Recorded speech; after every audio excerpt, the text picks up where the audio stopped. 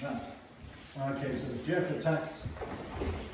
And it's useful when your arms guard is up and he's diagonal, because you raised your guard to protect your face and you come in. That's that there. What about what number 2 does is it does this, simultaneous. So it doesn't matter whether it's high or whether it's a chest. And so what we're going to do is practice this. And we then use it against the partner. Reverse punch. Reverse punch. Direct linear movement. Now, I'd be tempted to go slightly sideways and back in, but I don't have the time.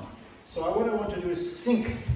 And because David is taller than I am, this allows me to illustrate it a little easier. No, it finishes there because that's the form. Yeah. But the reality is it's limited by the resistance that you have. And if you see Chokimoto's, he would always end up with it absolutely vertical and fairly close to his body. And that's essentially because he was a practical guy. But really, if you had enough force, you would pull it fully sideways like this.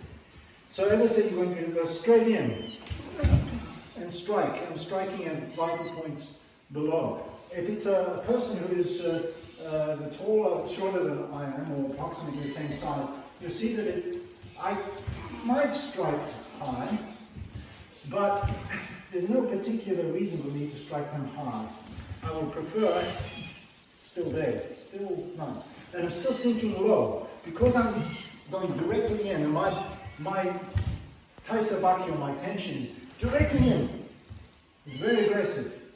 There's no room for evasion or anything. Evasion is a slight ducking. That's what I want you to think of.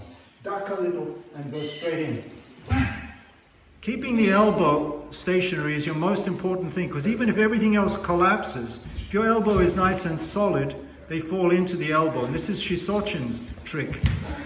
Okay? So at least you get that. Or it's also Sanseiru's trick.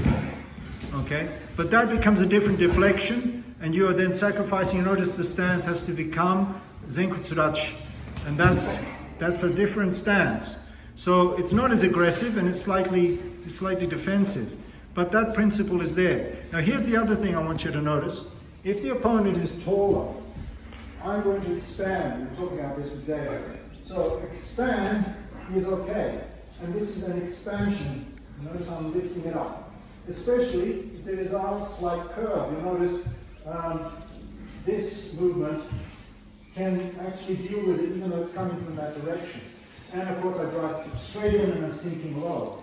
But for David to do that is a little hard, because he has to now sink.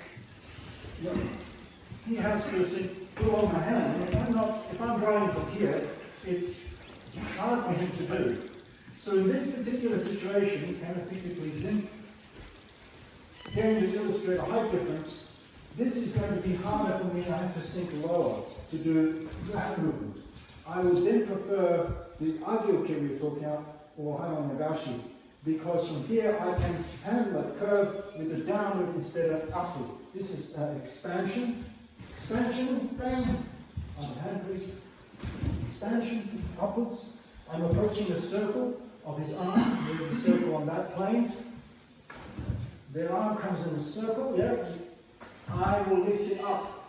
But if I'm taller, I will want to push the circle down. So the circle's on this plane, but I'm approaching it from below. So now, I can do that. And that's it. That is actually the opening movement we did with this, where we've actually trapped and gone from above.